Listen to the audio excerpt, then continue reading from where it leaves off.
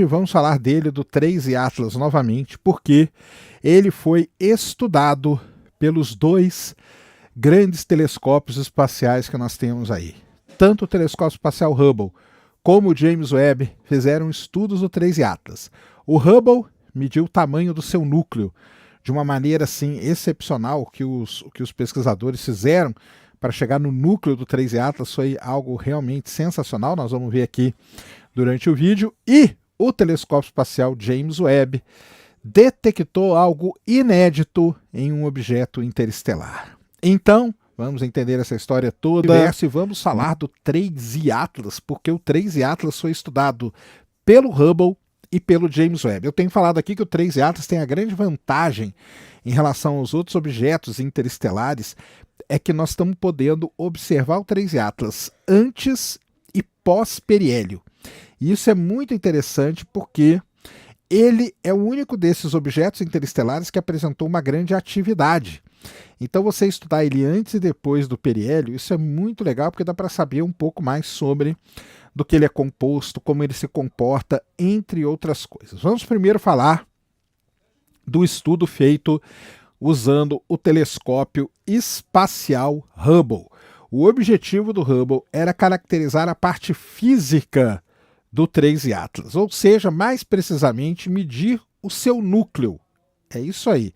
Porque a gente não tem assim uma medida, né, muito correta do núcleo do 3I Atlas. Ele é muito difícil de medir, por quê?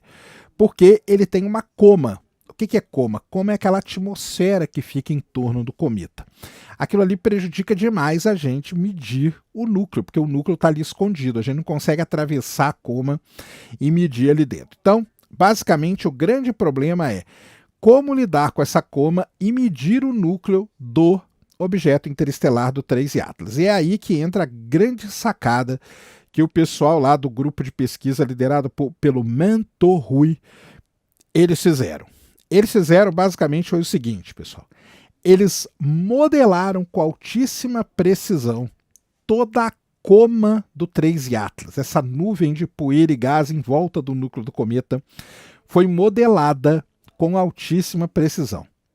Depois eles pegaram este modelo que eles fizeram, pegaram as imagens do 3I Atlas e subtraiu uma da outra. E aí o que restou foi o núcleo, porque na imagem real você tem o núcleo mais a coma. Na imagem modelada você só tem a coma. Quando você faz a subtração de uma com a outra, sobra o núcleo. E pela primeira vez a gente conseguiu então ver, né, e medir o núcleo do 3I Atlas. E vamos lá, de acordo com este estudo e usando essa metodologia, lembrando, né, que você pode inventar uma nova metodologia e medir de outra maneira, mas usando esta metodologia, os pesquisadores chegaram que o núcleo do 3I Atlas tem um raio de aproximadamente 1,3 quilômetros, tá? 1,3 quilômetros. Além disso, eles descobriram outra coisa muito legal sobre o 3I Atlas, que ele é um objeto alongado. Ele é alongado na proporção 2:1, tá? Esse é o jeito que ele é. Ele é menos alongado que o Oumuamua, né? O Oumuamua era de 3 ou mais de 3:1, o alongamento dele. O 3I Atlas ele teria um alongamento na proporção de 2:1, o semi-eixo maior, 2 vezes maior do que o semi-eixo menor.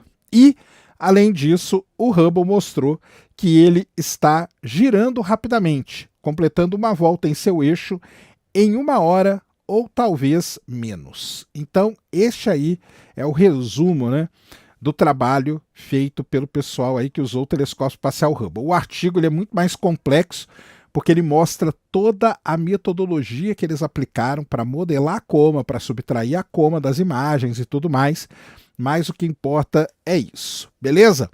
Muito bem. Tendo o núcleo, passamos para o James Webb.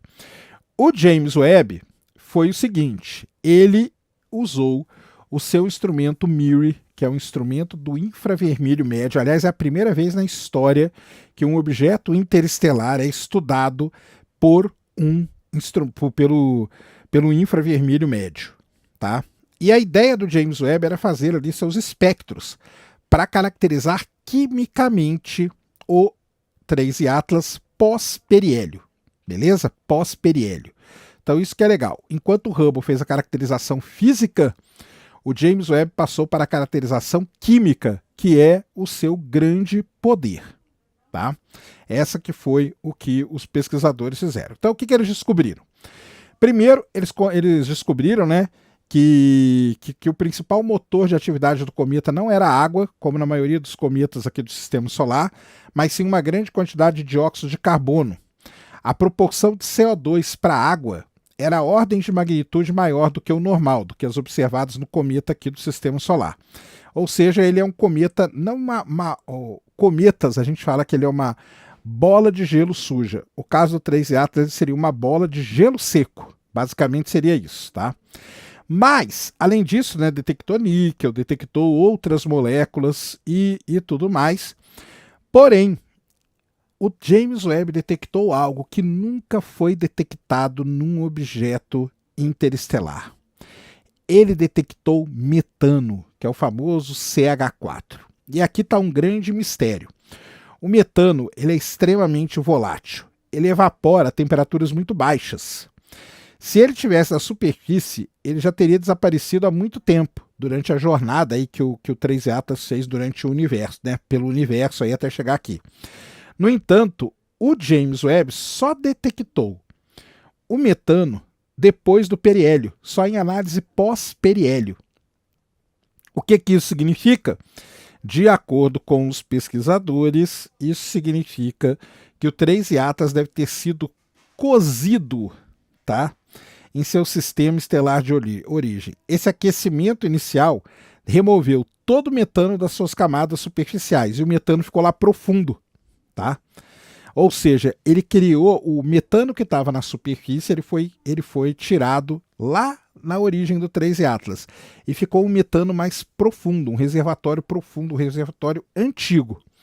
Quando o 3 Atlas passou pelo Sol, ele foi aquecido e esse aquecimento conseguiu penetrar mais profundamente no 3 Atlas e tirar o metano dali, e o James Webb conseguiu então detectar este metano pela primeira vez na história. Olha só que coisa sensacional. Muito bem. Então, resumindo tudo, o Hubble mostrou que o 3 Atlas ele é alongado e tem um núcleo com raio de 1,3 km, e o James Webb mostrou aí toda a composição química do 3 Atlas. E se a gente começar a estudar e ver com o que o 3 Atlas parece no final das contas? Ele parece com algo aqui do sistema solar, sim, tá? Então, o 3 Atlas é, em essência, um tipo de objeto que a gente tem aqui no sistema solar e que a gente chama de KBO, Kuiper Belt Objects, ou seja, um objeto do cinturão de Kuiper. Se você pegar os objetos do cinturão de Kuiper e fizer as mesmas análises, você vai chegar perto do que o 3 Atlas é. Obviamente que o 3 Atlas tem toda uma vida, tem toda uma história completamente diferente, mas ele se assemelharia muito a um KBO do sistema solar. E aí fica a dúvida, será que o 3 Atlas não era um KBO, entre aspas, lá do sistema planetário dele, e ele foi expulso de alguma maneira, ou alguma estrela passou perto e ejetou ele, e ele entrou e ele começou a fazer a sua viagem aí pelo universo até chegar aqui no sistema solar? Pode ser, né? Pode ser. Pode ser sim, tá? Uma outra coisa interessante, tá? Que o estudo do Hubble calculou que, com base no tamanho e no brilho do 3 Atlas, a probabilidade de não termos visto objetos semelhantes nas últimas décadas é quase zero. Ou seja, a gente deve ter observado sim, tá? É quase certo que existam dezenas de outros objetos interestelares passando por nós sem serem notados. Olha só. Só que hoje, né, a gente consegue porque a gente tem sistemas de detecção de objetos no céu que são muito mais complexos e muito mais precisos do que a gente tinha anteriormente, tá? Então tá aí mais uma historinha do nosso querido 3 Atlas, o 3 Atlas agora que está fazendo sua viagem aí entre Marte e Júpiter, daqui a mais ou menos um mês, um pouco mais de um mês, né? Ele chega, nós estamos no dia 1º de fevereiro, um pouco mais de um mês ele chega em Júpiter, e aí nós vamos ter imagens da sonda Juno, lembrando que a TESS fez imagens dele também, ou seja, o 3i Atlas está aí. O mais legal, eu falo isso desde o início, né, é que o 3i Atlas está nos dando a oportunidade de estudar um objeto durante uma longa jornada, de estudar um objeto interestelar antes e depois do periélio, para poder entender toda essa modificação que o objeto sofre. Agora a gente já sabe o tamanho dele, com uma boa precisão, a gente sabe a forma dele, que ele tem uma forma alongada, e a gente sabe mais sobre a sua composição química, e com tudo isso a gente consegue comparar com objetos aqui do nosso sistema solar. Então está aí o 3i Atlas, esse mensageiro interestelar que está nos trazendo aí grandes resultados, e está sendo foco, né, de grandes estudos. Pela primeira vez, eu acho, né, um estudo feito, são 2 artigos, tá? Não são artigos ainda, porque eles estão lá no Archive. O Archive ainda não é, o artigo ainda não foi revisado. Mas são 2 estudos, tá? Um feito com o Hubble e outro feito com o James Webb. Vou deixar aí na descrição para quem quiser dar uma lida nos estudos dos pesquisadores e se aprofundar mais nessa história. Beleza? Pessoal, esse era o vídeo que eu queria trazer aqui no canal para vocês agora. Espero que vocês tenham gostado. Se gostou, já sabe, aquele tapa no dedão, aquela voadora com tudo no peito do like. Isso ajuda pra caramba o vídeo, o canal a ganhar relevância. Nunca se esqueça do pacotão youtubístico, compartilha, favorita, se inscreve no canal se você ainda não é inscrito, deixa aí nos comentários o que você quiser saber. Tamo junto dioturnamente na luta contra a má divulgação científica no Brasil e contra a anemia na divulgação da astronomia no nosso país. Mais uma vez, meu nome é Sérgio Sacani, sou editor do blog Space Today, e você acabou de assistir a mais um Space Today TV. Fui!